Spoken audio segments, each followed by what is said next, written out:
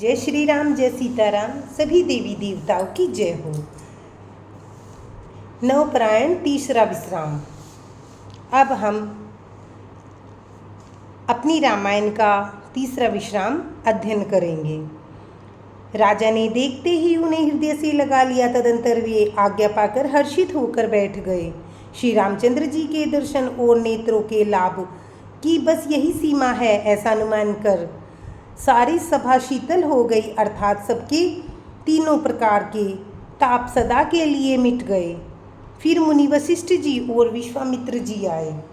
राजा ने उनको सुंदर आसनों पर बैठाया और पुत्रों समेत उनकी पूजा करके उनके चरणों में लगे।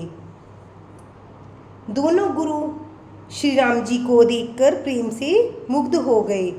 कहीं वशिष्ठ जी धर्म के इतिहास कर रहे हैं और राजा रनिवास सहित सुन रहे हैं, जो मुनियों के मन को भी अगम्य है। ऐसी विश्वामित्र जी की करनी को वशिष्ठ जी ने आनंदित होकर बहुत प्रकार से वर्णन किया। वामदेव जी बोले, वे सब बातें सत्य हैं। विश्वामित्र जी की सुंदर कीर्ति तीनों लोकों में छाई हुई है। यह सुनकर सब किसी को आनंद हुआ। श्री राम लक्ष्मण के हृदय में अधिक उत्साह अर्थात आनंद हुआ। नित्य ही मंगल, आनंद और उत्सव होते हैं। इस तरह आनंद में दिन बीतते जाते हैं। अयोध्या आनंद से भरकर उमड़ पड़ी। आनंद की अधिकता अधिक बढ़ती ही जा रही थी। अच्छा दिन, शुभ मुहूर्त शोध कर सुंदर कंकण खोले गए। मंगल, आनंद और विनोद कुछ कम नहीं हुए, अर्थात बहुत हुए। इस प्रकार नित्य नए सुख को देखकर देवता सिहाते हैं और अयोध्या में जन्म पाने के लिए ब्रह्मा जी से याचना करते हैं।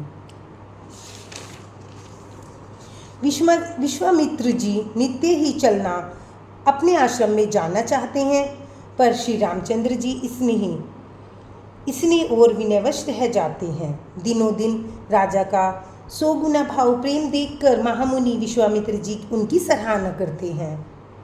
अंत में जब विश्वामित्र जी ने विदा मांगी, तब राजा प्रेम मगन हो गए और पुत्रों सहित आगे खड़े हो गए। वे बोले, हे नाथ, यह सारी संपदा आपकी है, मैं तो स्त्री पुत्रों सहित आपका सेवक हूँ। हे मुनि, लड़कों पर सदा स्नेह करते रहिएगा, मुझे भी दर्शन देते रहिएगा। ऐसा कहकर पुत्रों और रानियों सहित राजा दशरथ जी विश्वामित्र जी के चरणों में गिर पड़े। प्रेम विहल हो जाने के कारण उनके मुंह से एक बात भी नहीं निकलती। ब्राह्मण विश्वामित्र जी ने बहुत प्रकार से आशीर्वाद दिए और वे चल पड़े। प्रीति की रीति कहीं नहीं जाती। सब भाइयों को साथ लेकर श्री राम जी प्रेम के साथ उन्हें पहुंचाकर और आज्ञा पाकर लौटे। धन्यवाद।